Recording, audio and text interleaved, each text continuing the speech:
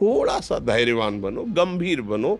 कोई इस भारी से भारी विपत्ति में परेशानी स्वीकार करके विपत्ति से थोड़ी निकला जाता। सुलझो, ठीक है, विपत्ति आई, समस्या आई, इसका समाधान होगा।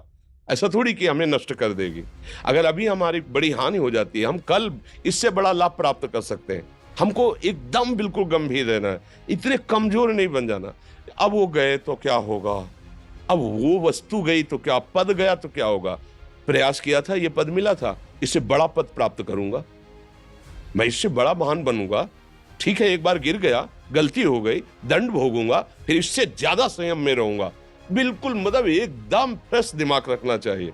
और अपने लोग क्या है, जरा सी बात में एकदम पछड़ा कर लेते हैं, एकदम कमजोर हो जाते हैं। ये बिल्कुल ठीक नहीं है। हम जीवन भर की यात्रा की बात कह रहे हैं, भारी से भारी कष्ट में भी मुस्कुराना, तो हमें बल मिला है, हमें भगवान की कृपा का दर्शन हुआ है, हमें उनका दुलार दिखाई दिया है। अगर ऐसे तो भाग जाते, फिर परमार्थ में थोड़ी चलना होता है। आज जो आप सुन करके लाभ लेने की चेष्टा कर रहे हो ना, ये केवल प्रवचन नहीं है, ये जीवन है। अगर ये जिए ना होते ना, तो ये इसका प्रभाव नहीं पड़ता, फिर वाणी का प्रभाव नहीं पड़ता। हम इसीलिए कहते हैं, जैसे आप लोग एकदम परेशान हो जाते हैं जब बोलो, क्या हमसे ज्यादा परेशानी होगी? दोनों किडनी खराब, दवाई लाने के लिए पैसे नहीं, पानी रखा है हम उठ के पी नहीं सकते, भीषण शरीर में कष्ट, भीषण बुखार, क्योंकि किडनी फेल, जरा में बुखार, खाने को क्या, रोटी मांग के लाओ। अगर वहां सब्जी मिलती है तो लाल मिर्च ऐसी पड़ के मिलती थी कि वो पा नहीं सकते थे।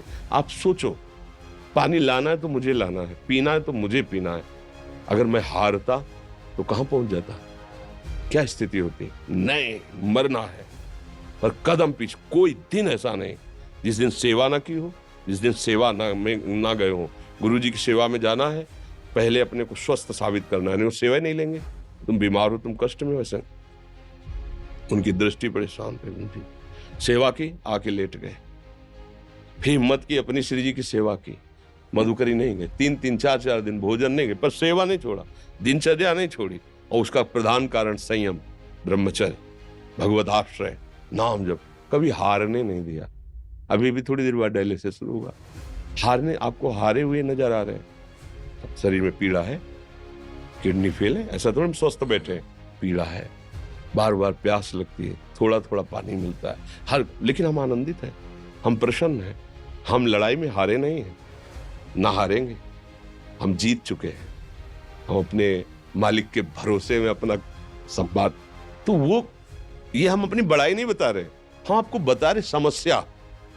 सोचो, तुम्हारे पास तो माँ है, भाई है, बहन है, परिवार है, कोई ना कोई तो है ना। मेरा किसी ने कभी जीवन में ध्यान भी नहीं दिया, क्यों? बचपन से बाबा जी बन गए, किसी से प्यार नहीं, किसी से संबंध नहीं, कोई जानकारी नहीं, हम कहाँ हैं, वो कहाँ है, किसी से कोई मतलब नहीं। अच्छा, जवान साधु कौन श्रद्धा करे? कभी गांव जाने की हिम्मत नहीं पड़ती कि रोटी मांग ले, पता नहीं लोग क्या सोचेंगे, क्या भावना कर ले। हम दरवाजे पे खड़े हैं, क्या कैसी भाव, जो हमारे सामने आकाश वृत्ति से आया यौवन अवस्था में, वही पाया, अन्यथा भूखे रह गए। जब हम हर समय अपने को विवेक के द्वारा सावधान रखे, तो हम कभी निराश नहीं हुए, कभी उदास नहीं हुए, कभी ऐसा नहीं लगा कि यार हम दुखी, कभी नहीं लगा। उसी का फल है कि उस सुख का संकेत मिल गया जहां दुख की निशानी भी नहीं है। वही उसी के बच्चे हो, हम सब उसी धातु से बने हुए हैं। हम इतना क्यों परेशान हो जाते हैं? हम ये देखते हैं, अपने लोग थोड़ी बात बिगड़ गई परेशान, नहीं बिगड़ी तो बिगड़ जाने की संभावना में परेशान है। आज सुख है, लेकिन कल सुख छिन जाएगा तो हम आज के सुख में सुखी ना होकर कल के दुख की आने की संभावना में हम भयभीत हो। मतलब क्या हमारी सोच रह गई? हमको इतना बलवान बनना है कि सुख और दुख दोनों हमको छू न सके। भारी से भारी सुख की व्यवस्था है तो अहंकार नहीं, हर्षित होकर किसी का अपमान न करे कि हम धनी, हम पदाधिकारी, अमुक। भारी से भारी दुख आया तो हमें किसी के सहयोग की जरूरत नहीं, हम फिर अपने कदम बढ़ाएंगे, हम फिर जुड़ी हुई अपनी भावनाओं को सजाएंगे। मस्त जीवन एकदम। तुम अविनाशी के बच्चे हो। शेर का बच्चा भेड़ों के बीच में फंसकर म्यों म्यों बोल रहा है, बस अगर दहाड़ना सीख जाए तो कोई भी उसे परास्त नहीं कर सकता। ऐसे भगवद अंश, तू प्रपंच में फंसकर अपने को इतना दीन क्यों देख रहा है? तू ऐसा है कि भगवान के दिव्यास्त्र में भी ताकत नहीं तेरे को मार सके। तू अविनाशी का अविनाशी बच्चा है, विनाशी भोगों को, विनाशी शरीर को मैं मान के इतना भयभीत, इतना दुख, ठीक नहीं। ये सबके लिए, केवल एक के लिए नहीं। आप समझो, आप लोग सोचते हैं हम गृहस्थ होकर भला ऐसी स्थिति कैसे। जनक जी सुखदेव जी के गुरु हैं और राजा हैं, महल है, रानियां हैं, नौकर है, चाकर।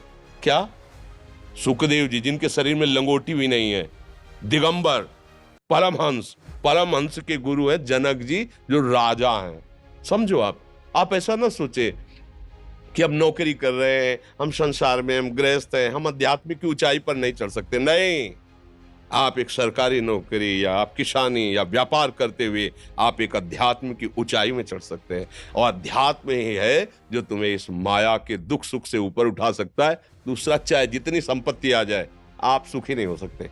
सब देख लो, आंख खोल के देख लो, अध्यात्म ही है जो तुम्हें हर कष्ट सहकर मुस्कुराकर जीने का रास्ता बता देगा कि आप आनंदित हो जाओगे। कुछ नहीं बिगड़ा, अध्यात्म है तो कुछ नहीं बिगड़ा, अध्यात्म नहीं है तो कुछ नहीं बना, कुछ हाथ नहीं लगने वाला।